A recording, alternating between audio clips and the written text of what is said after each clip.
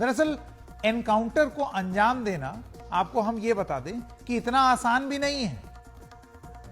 हर मुठभेड़ के बाद, हर एनकाउंटर के बाद एक लंबी जांच होती है और सुप्रीम कोर्ट जो है उसकी गाइडलाइंस के आधार पर यह जांच होती है। तो यह पहलू भी जानना बहुत जरूरी है। इस सिलसिले में विस्तार से गाइडलाइंस बनाई गई और आइए आपको एक एक करके उन गाइडलाइंस के बारे में बताते हैं। 2014 में पीयूसीएल बनाम महाराष्ट्र सरकार के मामले में सुप्रीम कोर्ट ने यह गाइडलाइन जारी की। तब पीयूसीएल ने पुलिस द्वारा मुंबई में 90 एनकाउंटर पर सवाल उठाया और मांग की थी कि ऐसे मामलों में पारदर्शिता हो ताकि पुलिस फर्जी मुठभेड़ न कर पाए, क्योंकि यह न्याय की मूल प्रकृति के खिलाफ, प्रिंसिपल ऑफ नेचुरल जस्टिस के खिलाफ। सुप्रीम कोर्ट ने सुनवाई के बाद 16 दिशा निर्देश दिए। एक एक करके हम आपको वो सारे दिशा निर्देश बताते हैं। क्या आप जानते हैं कि अलर्ट और टिप ऑफ की रिकॉर्डिंग होनी चाहिए? यह सुप्रीम कोर्ट ने कहा है। और अगर यह अलर्ट और टिप ऑफ की रिकॉर्डिंग नहीं होगी तो कोई भी एनकाउंटर को जो अदालत है, अदालती कार्रवाई, उसको फेक मान सकती है। यह पुलिस का कर्तव्य है कि वो गंभीर अपराधों से जुड़ी गतिविधियों के अलर्ट, सुराग और संबंधित जानकारियों को रिकॉर्ड करें। सूत्रों से मिलने वाले ये अलर्ट रजिस्टर पर दर्ज किए जाएं। मुठभेड़ में मौत होने पर उसकी जानकारी उस रजिस्टर में दर्ज की जाए और अदालत में पेश की जाए एनकाउंटर के बाद, दिखाने के लिए कि यह पूरा प्रोसेस फॉलो हुआ। नंबर 2, क्या आप जानते हैं कि मुठभेड़ में मौत के मामले की एक एफआईआर दर्ज की जाती है? यानी कि ये जितने पुलिस वाले हैं इन सब पर एफआईआर दर्ज की जाएगी। मर्डर की एफआईआर दर्ज की जाएगी। अगर मुठभेड़ में मौत होती है, जैसे कि इस केस में हुई, तो पुलिस हथियारों का इस्तेमाल करती है, तो इसकी एफआईआर दर्ज की जानी चाहिए और तुरंत उसे सीआरपीसी के सेक्शन 27 के तहत कोर्ट में संज्ञान में लाया जाना चाहिए। 3, मुठभेड़ में मौत की जांच होती, यानी कि दफा 302 कि मर्डर हुआ, उसकी जांच होती। सीआईडी या किसी और पुलिस थाने की पुलिस द्वारा एक स्वतंत्र जांच कराई जानी चाहिए। यह जांच किसी वरिष्ठ अफसर की निगरानी में हो जो मुठभेड़ करने वाली टीम के प्रमुख से ऊपर के दर्जे का हो। इसके तहत पीड़ित, गवाह और आरोपियों की पहचान और जांच किस तरह हो, सबूत कैसे जमा किए जाएं, उन्हें कैसे सुरक्षित रखा जाए, पोस्टमार्टम कैसे हो, इसकी विस्तार से जानकारी दी गई। 4, मजिस्ट्रेट द्वारा जांच। सीआरपीसी के सेक्शन 176 के तहत एनकाउंटर में मौत की जांच मजिस्ट्रेट द्वारा ही होनी चाहिए।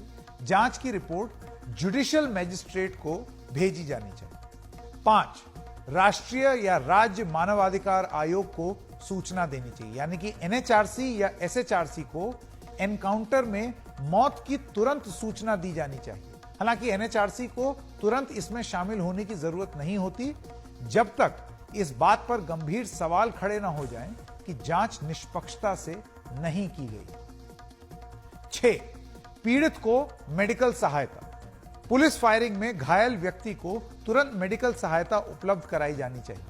जांच करने वाली संस्था पीड़ित या दोषी का बयान तुरंत दर्ज कर सुरक्षित रखेगी। नंबर 7, कोर्ट में दस्तावेज समय पर दिए जाएं। मुठभेड़ में मौत से जुड़ी एफआईआर, स्केच, बयान, डायरी एंट्री समय पर कोर्ट को मुहैया कराए जाए। नंबर 8, कोर्ट में रिपोर्ट सौंपना। एनकाउंटर में मौत की जांच के बाद जांच करने वाली संस्था संबंधित कोर्ट को रिपोर्ट सौंपे। जांच अधिकारी कोर्ट में चार्जशीट सौंपे, जिसके बाद आगे ट्रायल पूरा। नंबर 9, पीड़ित के परिवार को सूचना।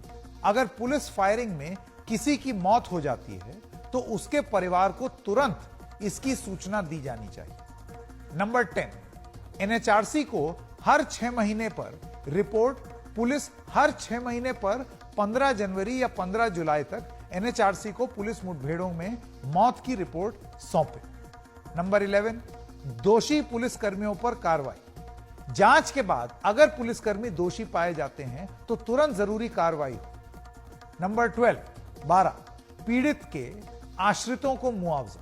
अगर यह साबित हो कि पुलिस ने अपराध किया तो पीड़ित के आश्रितों को मुआवजा दिया जाए। नंबर 13, हथियारों का समर्पण और जांच।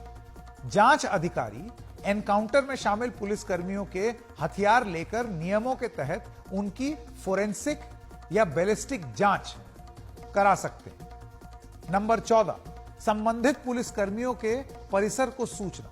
जिस मुठभेड़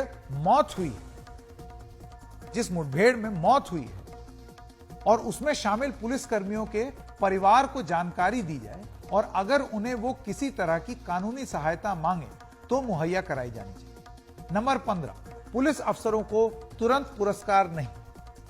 मौत से जुड़ी मुठभेड़ यानी कि एनकाउंटर में शामिल पुलिसकर्मियों को तुरंत प्रमोशन या बहादुरी पुरस्कार न दिए जाएं, ताकि ऐसा न लगे कि यहां आपने एनकाउंटर किया और तुरंत आपने सफलता पाई। जांच पूरी होने और उनकी बहादुरी स्थापित होने के बाद ही ऐसे फैसले किए जा सकते हैं। और नंबर 16 यानी कि 16, जांच से शिकायत होने पर पीड़ित का परिवार कोर्ट जाने को स्वतंत्र है। यानी कि अगर पीड़ित के परिवार को लगे कि जांच निष्पक्ष नहीं हुई है या उसमें पूरी प्रक्रिया का पालन नहीं हुआ है तो वो सेशंस जज की कोर्ट में शिकायत कर सकता है और इसके बाद इसकी समीक्षा और आगे की जांच का आदेश दिया जा सकता है। तो जैसा कि आप देख सकते हैं एक लंबी चौड़ी प्रक्रिया है, लेकिन यह भी हम आपको बता दें कि तमाम सवाल इस प्रक्रिया पर भी उठाए गए हैं कि यह जांच कौन कर रहा है। एक कोई सीनियर ऑफिसर करेगा और अगर करेगा तो वो उसी पुलिस बल का तो होगा। और जब एक तरीके का माहौल है, पुलिस प्रशासन किसको रिपोर्ट करता है? प्रदेश की सरकार को। और सरकार अगर संरक्षण प्रदान कर रही है या सेलिब्रेट कर रही है इस बात को, तो फिर ऐसे में जब ये मामले और ऊंची अदालत में चले जाते हैं, क्योंकि एक न्यायिक प्रक्रिया जो है वो है, जैसे आपने तेलंगाना के मामले में देखा, सुप्रीम कोर्ट में जांच कराई, तब उसमें उस लेवल तक वो बात चली जाती है और उसमें दूध का दूध पानी का पानी। तो मुठभेड़ से जुड़ी हुई जितनी जानकारी थी वो सब हमने आपको यहां पर दे दी।